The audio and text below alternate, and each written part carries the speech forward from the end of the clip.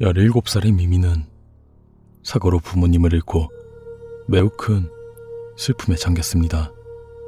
결국 미미는 할아버지 할머니가 있는 시골집에 내려와 함께 살게 되었고, 맑은 공기의 자연 속에서 점차 슬픔을 이겨내고 있었습니다. 할머니 집은 다 좋은데 밤에 화장실 가기가 너무 무섭단 말이야. 왜 화장실이 밖에 있냐고. 미미는 화장실에 가기 위해 한 걸음 한 걸음 발걸음을 옮겼습니다. 그때 화장실 쪽에서 무슨 소리가 들렸습니다. 은색마차 하나가 고드름을 타고 올라갑니다. 응? 이게 무슨 소리지? 고드름? 한여름에 웬 고드름? 도대체 누가 말하는 거야? 은색마차 하나가 두 고개를 지나갑니다. 은색마차 하나가 두 구멍 사이를 지나갑니다. 은색마차 하나가 높은 산을 지나갑니다. 은색마차 하나가 넓은 들판을 뛰어갑니다. 은색마차 하나가 갈대밭을 지나갑니다. 뭐야? 이거 왜 이렇게 소름 끼치지? 진짜 뭐야? 결국 미미는 화장실에도 못 가고 밤새 방 안에서 생각했습니다. 그 말은 뭘까? 도대체 누가 그런 말을 하는 거지? 다음날 날이 밝자마자 미미는 다시 화장실로 갔습니다. 미미는 자신의 눈앞에 벌어진 상황을 믿을 수 없었습니다. 화장실 안에는 머리가 반토막 난 사람의 시체가 있었습니다. 미미는 화장실 앞에 주저앉아 그제야 그 말의 뜻을 깨달았습니다. 고드름은 턱, 고개는 입술, 구멍은 콧구멍, 산은 코, 들판은 이마, 갈대밭은 머리카락, 그리고 은색마차는 칼. 미미가 그 말의 뜻을 깨닫는 순간 누군가 미미의 앞에 나타났습니다. 은색마차 하나가 고드름을 타고 올라갑니다. 은색마차 하나가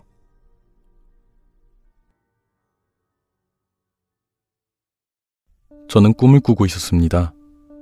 옛날부터 제가 꿈을 꾸고 있을 때 가끔씩은 제 자신이 지금 꿈을 꾸고 있다는 사실을 자각할 때가 있었습니다. 이때도 그랬습니다.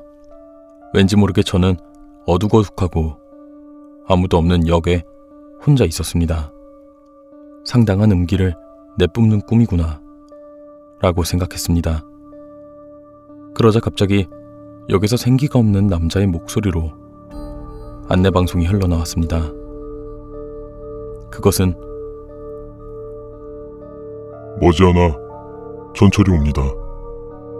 그 전철을 타면 당신은 무서운 경험을 당하게 됩니다.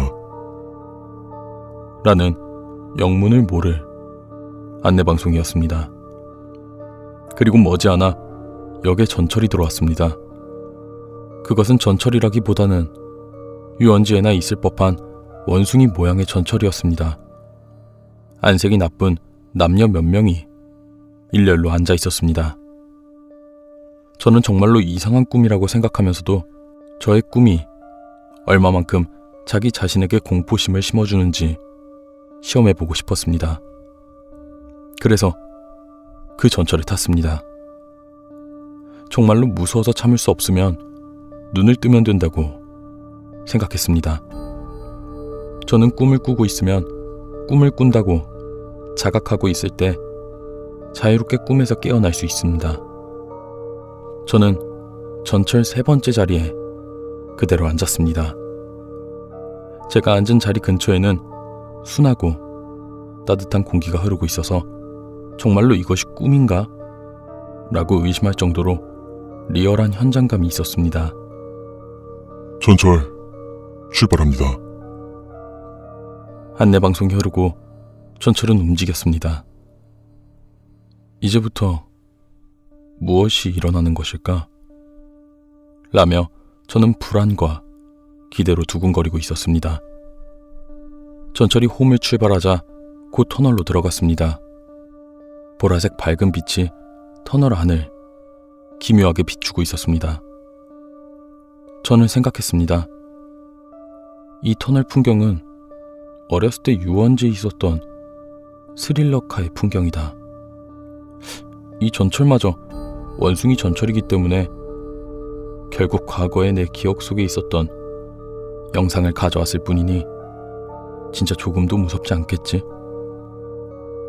그때 또다시 안내방송이 흘러나왔습니다. 다음은 이케츠쿠리입니다. 이케츠쿠리는 생선 같은 어류를 마지막까지 살려뒀다가 칼로 회를 뜨는 것입니다. 물고기? 나도? 그렇게 생각하고 있었는데 갑자기 뒤에서 요란스러운 비명이 들려왔습니다. 뒤를 돌아보니 전철 제일 뒤에 앉아있었던 남자의 주변에 누더기 같은 것을 입고 있는 어린아이 4명이 모여 있었습니다. 자세히 보니까 남자의 몸을 칼로 쪼개더니 정말로 물고기를 회 뜨는 것처럼 만들어버렸습니다. 강렬한 악취가 주변을 감쌌고 남자는 계속해서 귀가 아플 만큼 큰 소리로 고함을 쳤습니다. 남자의 몸에서 차례대로 내장이 꺼내졌고 피투성이가 된 내장은 흩어지고 있었습니다. 저의 바로 뒤에서는 머리가 길고 안색이 나쁜 여자가 앉아 있었지만 그녀는 입을 다물고 앞을 본 채로 이 일에 대해서 전혀 동요하지 않는 모습이었습니다. 저는 정말로 상상을 뛰어넘는 꿈의 전개에 매우 놀랐고 정말로 이것이 꿈일까? 라고 생각하면서 더 무서워지면 상황을 봐서 꿈에서 깨자고 생각했습니다. 그리고 정신을 차리고 보니 제일 뒷자리에 있었던 남자는 사라지고 없었습니다. 그러나 검붉은 피와 사람의 몸 토막 덩어리는 그대로 있었습니다. 저의 바로 뒤에 앉아있던 여자는 여전히 무표정한 얼굴로 한 곳만을 바라보고 있었습니다. 그때 다음은 도려내기입니다. 라는 안내방송이 들렸습니다. 그러나 이번에는 어린아이 2명이 탔고 톱날처럼 길쭉길쭉한 숟가락 모양의 물건으로 뒤에 앉아있던 여자의 눈을 파내기 시작했습니다. 아까까지 무표정이었던 그녀의 얼굴은 고통 때문에 무서운 모습으로 변했고 저의 바로 뒤에서 고막이 터질 정도로 큰 소리를 질렀습니다. 눈에서 눈알이 튀어나오고 있었습니다. 저는 피와 땀 냄새를 견딜 수가 없었습니다. 저는 너무 무서워서 몸이 떨렸고 앞자리로 가려고 했습니다. 지금이 가장 적당한 타이밍이라고 생각했습니다. 그러나 이 이상 앞으로 갈 수가 없었습니다. 게다가 만약 차례대로 간다면 다음은 3번째로 앉아있던 저의 차례였습니다. 저는 꿈에서 깨려고 했습니다. 하지만 내 차례에는 과연 어떤 안내방송이 흐를까? 라는 호기심이 생겼습니다. 그것만 확인하고 이곳에서 도망치기로 했습니다. 다음은 만육입니다. 라는 안내방송이 흘렀습니다. 만육은 기계 같은 것으로 고기를 가는 것입니다. 최악이었습니다. 어떻게 될지 쉽게 상상이 되었기 때문에 온 신경을 집중해서 꿈에서 깨어나려고 했습니다. 깨라. 제발 꿈에서 깨라. 매번 이런 식으로 강하게 생각하면 성공했습니다. 갑자기 위잉거리는 기계 소리가 들려왔습니다. 이번에는 어린아이들이 저의 무릎에 올라타더니 이상한 기계 같은 것을 가까이 가져왔습니다. 아마도 그 기계는 저를 고기 점이듯 점일어 버릴 도구로 쓸 거라는 생각이 드니까 너무 무서워. 제발 꿈이라면 깨라. 깨야 돼. 깨. 라고 눈을 꼭 감고 열심히 생각했습니다. 위잉거리는 기계 소리는 조금씩 더 커져왔고 얼굴에는 기계가 돌아가면서 만들어내는 풍압이 느껴졌습니다. 아, 이제 늦었구나. 그렇게 생각한 순간 갑자기 주변이 조용해졌습니다. 어떻게 된 것인지는 모르겠으나 어쨌든 악몽에서 빠져나올 수 있었습니다. 온몸이 땀으로 흠뻑 젖어 있었고 눈에는 눈물이 흐르고 있었습니다. 저는 침상에서 부엌으로 가서 물을 많이 마신 뒤 방으로 돌아왔습니다. 무섭고 현실적이었지만 분명히 이것은 꿈이었어 라며 내 자신을 스스로 타일렀습니다. 다음날 학교에서 만난 친구들 모두에게 이 꿈 이야기를 해줬습니다. 그러나 모두들 재미있어 할 뿐이었습니다. 분명히 이것은 그냥 꿈이었기 때문이니까요. 그로부터 4년이 지났습니다. 대학생이 된 저는 그때의 꿈을 완전히 잊었고 아르바이트 따위를 하면서 부지런히 살고 있었습니다. 그러던 어느 날 밤 갑자기 시작됐습니다. 다음은 도려내기입니다. 그때 그 장면부터였습니다. 저는 그 꿈이다 하고 바로 떠올렸습니다. 그러자 전번에 꾸었던 꿈과 완전히 똑같이 어린이 2명이 그 여자의 누나를 파내고 있었습니다. 저는 위험하다고 생각했고 깨야 돼. 깨라고 생각하기 시작했습니다. 하지만 이번에는 어지간히 꿈에서 깰 수가 없었습니다. 깨라니까. 씨발 꿈이야 꿈. 깨라고 깨. 다음은 만육입니다. 드디어 저한테 위험이 닥쳐왔습니다. 위잉거리는 기계 소리가 가까이 다가왔습니다. 깨야 돼. 그러자 갑자기 주위가 조용해졌습니다. 저는 아무래도 어떻게든 도망쳤다고 생각했고 곧바로 눈을 뜨려는 그 순간 또 도망치는 것입니까? 이 다음에 왔을 때는 끝입니다. 라는 안내방송 소리가 확실하게 들려왔습니다. 눈을 떠보니 역시 꿈에서 완전히 벗어난 제 방이었습니다. 하지만 마지막에 들었던 목소리는 절대로 꿈이 아니었습니다. 확실히 현실에서 들렸습니다. 도대체 제가 무엇을 했다고 그러는 걸까요? 그 후로 지금까지 그 꿈을 꾼 적은 없지만 다음에 그 꿈을 꿨을 때는 심장마비 같은 걸로 죽을 거라는 각오를 하고 있습니다. 현실에서는 심장마비겠지만 꿈에서는 만육이겠죠.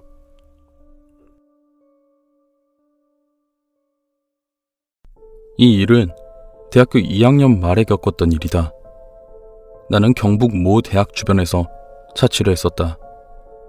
그 지역 시 이름을 딴 대학이었지만 사정상 밝히진 않겠다. 여하튼 그 대학은 시와는 많이 동떨어져 있었고 주변에는 학생들에게 꼭 필요한 술집, PC방, 복사집, 기타 밥집과 자취 건물들이 전부였다. 내가 자취하는 곳은 대학가와 동떨어진 곳이었기에 밭과 들 사이로 20여 분은 걸어야 나오는 집이었다. 2개의 쌍둥이 건물이 있었는데 우리 집은 길이 보이는 쪽이 아닌 건물을 빙 돌아서 그 반대쪽 계단을 올라가야 되는 2층이었다. 그날은 집에서 컴퓨터로 공포 영화를 다운받아 본 날이었다. 셔터라는 영화인데 꽤나 무서웠다. 영화를 다 보고 나니 시계는 새벽 2시 반쯤을 가리키고 있었다. 너무 무서워서 여자친구에게 전화해서 영화가 별로 안 무섭다. 무섭다고 해서 봤는데 재미가 하나도 없었다. 하는 실없는 소리만 늘어놓다가 제일 친한 후배인 병철이한테 전화를 해서 같이 자자고 이야기를 했다. 병철이는 평소에도 우리 집에 자주 술 마시고 나를 가장 잘 따르는 후배였다. 무서워서 그렇다고는 도저히 말 못하겠어서 오랜만에 술이나 한잔 하자고 했었는데 병철이가 이미 시내에서 술을 마셔 학교로 돌아오기 힘들다고 미안하다고 나에게 말을 했다. 할 수 없이 새벽 3시가 넘어서 이불을 펴고 누웠다. 그래도 무서움이 사라지지 않아서 TV를 켜놓고 소리를 크게 해놓았는데 당시 하는 게임 방송을 보다가 스르르 잠이 들었다. 한 3시 반? 시계를 정확히 보지는 못했지만 벽에 걸려있던 시계의 시침이 3과 4를 가리키고 있었다. 갑자기 밖에서 문을 하고 두드리는 소리가 났다. 처음에는 잠들려는데 깬 거라 짜증이 난 나는 쌩까려고 했지만 거의 5분이 넘도록 쿵쿵쿵 하며 계속 두드렸다. 나는 화가 나서 누군데? 하고 반말로 물었는데 밖에서 잠시 동안 대답이 없더니 형, 저 병철인데요. 아까 오라고 했는데 못 온다고 했던 후배놈이었다. 나는 왜 하필 잠이 들려고 하는 지금 오나 싶어서 그대로 일어나 문 쪽으로 가면서 소리를 쳤다. 야, 이 새끼야. 지금 몇 시인데 아까 안 오고. 아이씨. 그러면서 문 쪽으로 가는데 밖에서 다시 후배 목소리가 들렸다. 형, 저 병철인데요. 이 새끼야, 안다고. 그니까 왜 지금 오냐고. 형, 저 병철인데요. 이 새끼가 나랑 장난하냐? 뒤질래? 문 안 열어준다. 형, 저 병철인데요. 새끼 돌았나. 계속 같은 대답을 하는 후배에게 화가 난 나는 실컷 패줄 요량으로 얼른 문을 열려다가 왠지 모를 오한이 도는 것을 느꼈다. 평소 같으면 그냥 문을 열어 제끼고 온갖 욕을 다 했겠지만 아까 본 무서운 영화가 자꾸만 떠올라 혹시나 하는 마음으로 문을 열기 전에 한 번 더 물었다. 야, 너 누구야? 형, 저 병철인데요. 어디서 술 마시고 왔어? 형, 저 병철인데요. 순간 소름이 팍 돋았다. 사람이란 감정이 있다. 억양도 완전히 똑같을 수가 없다. 그런데 밖에서 들려오는 음성은 처음부터 끝까지 똑같은, 마치 녹음기를 반복적으로 틀어놓은 것 같은 일정한 톤을 계속적으로 반복하고 있었던 것이다. 나는 살며시 문에 귀를 가져다 대었다. 형, 저 병철인데요. 들으면 들을수록 더욱 이상했다. 문에 귀를 대고 소리를 들으면 가까이 있는 것은 대략 위치를 알고 있는데 바로 앞에서가 아닌 문 밖 천장 부근에서 목소리가 들려왔다. 겁이 난 나는 문이 잠겼는지 확실히 확인하고 소리를 꽥 질렀다. 야, 이 미친 새끼야. 누군데 장난질이야. 안 꺼져? 그러자 밖에서 아무 소리도 안 들렸다. 그럼에도 나는 마음이 가라앉지 않아서 문에 귀를 가까이 대고 소리를 들어보았다. 아무 소리도 안 들렸다. 그냥 찌르찌르하고 별이 우는 소리랑 복도에 이는 바람 소리만 미세하게 들렸다. 한 10분 동안 문에 귀를 대고 있던 나는 어느 정도 무서움이 가라앉자 다시 침대로 와서 몸을 뉘었다.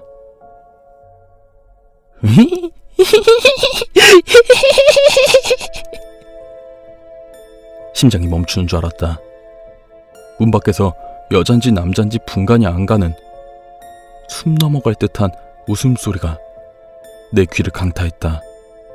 손으로 상체만 벌떡 일으킨 나는 온몸에 돋아나는 소름을 느끼면서 상체만 벌떡 일으키고 턱을 심하게 떨면서 문을 뚫어지게 쳐다보았다.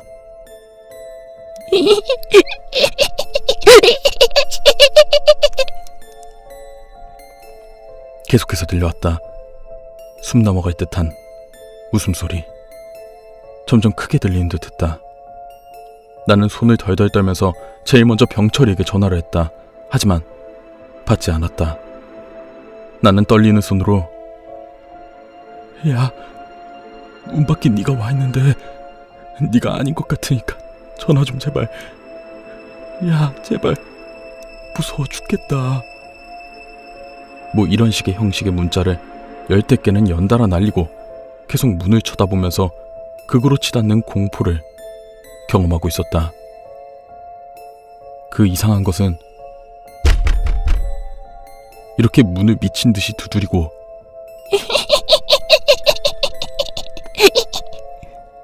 이렇게 미친 듯이 웃고 다시 이렇게 두드리고 있었다. 얼마나 지났을까? 공포가 돌을 넘으면 미친다고 했다. 그때가 바로 그랬다. 순간 나를 패닉으로 몰아가는 그 목소리가 미친 듯이 미웠고 화가 솟구쳤다. 원룸으로 되어 부엌이 침대 옆에 위치해 있었는데 찬장을 부서질 듯 열고 평소 쓰던 식칼을 찾아대고 쿵쾅쿵쾅 소리를 내며 문으로 뛰어간 나는 문을 벌컥 열었다. 하지만 아무도 없었다.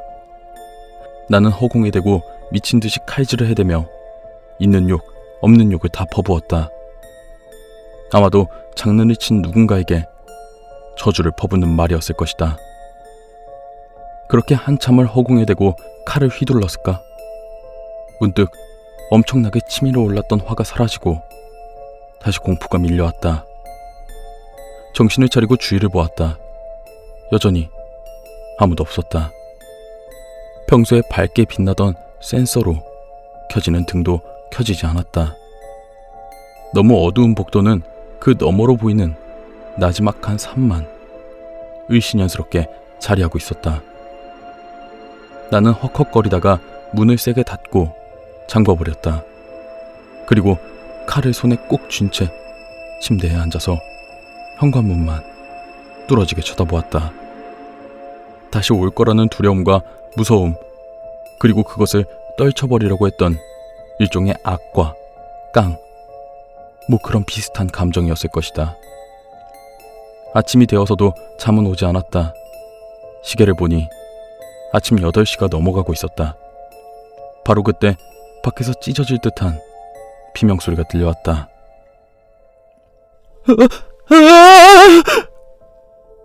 병철이의 목소리였다. 그런데 왠지 새벽녘에 문을 두드리며 말하던 그 목소리와 뭔가가 달랐다. 사람이다 라는 생각이 강하게 들었다.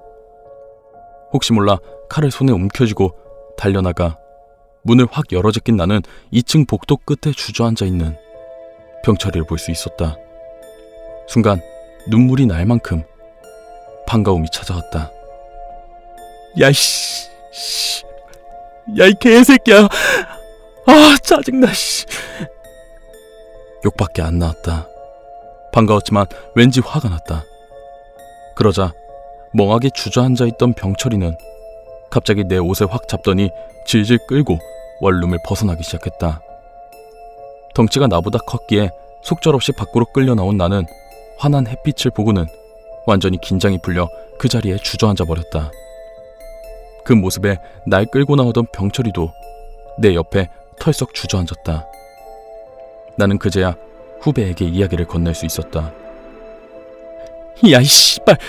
내가 어제 뭘... 형, 자취방 당장 바꿔요. 야, 너 뭐 봤어? 너 뭐 봤지? 뭐 봤는데? 나는 직감적으로 후배가 무엇인가를 봤다고 느꼈다.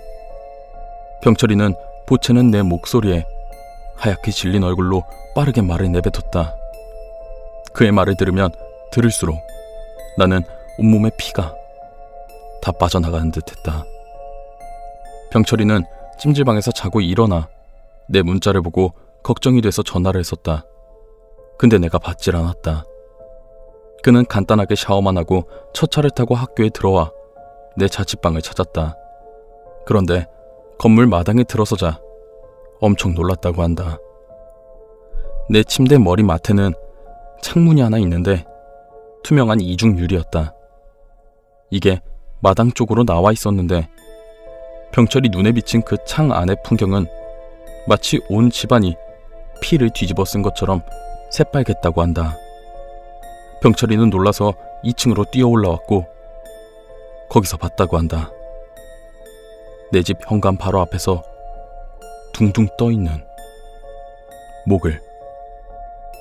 몸통도 없이 오로지 목만이 우리 집 현관 위에 위치한 백열등 바로 밑에 둥둥 떠있는 것을. 그리고 병철이가 비명을 꽥 지르며 주저앉자 얼마 뒤 문이 열리며 내가 뛰쳐나왔다고 한다. 자기에게 욕하는 나를 멍하게 바라보던 병철이의 시야에 둥둥 떠있던 목이 스르르 움직여서 우리 집 안으로 쑥 들어가는 것이 보였고 그는 가타부타 말이 없이 나를 밖으로 끌고 나왔다고 한다. 한동안 자취방 근처엔 얼씬도 하지 않았다. 병철이랑 같이 살았다. 그놈도 자취를 하고 있었는데 무섭다며 내가 같이 사는 걸 꽤나 반기는 눈치였다. 그렇게 한 달을 넘게 살다가 어느 정도 마음을 정리한 후 친구들 손을 잡고 조심스럽게 내 방으로 돌아와 보았다. 내가 뛰쳐나오기 전 그 모습 그대로였다. 하지만 난 불이 나게 친구와 짐을 싸고 도망치듯 나와서 다른 방을 잡았다. 그때 그건 뭐였을까? 아직도 생각하면 소름이 돋지만 궁금증은 여전히 내 머릿속에 자리 잡고 있다.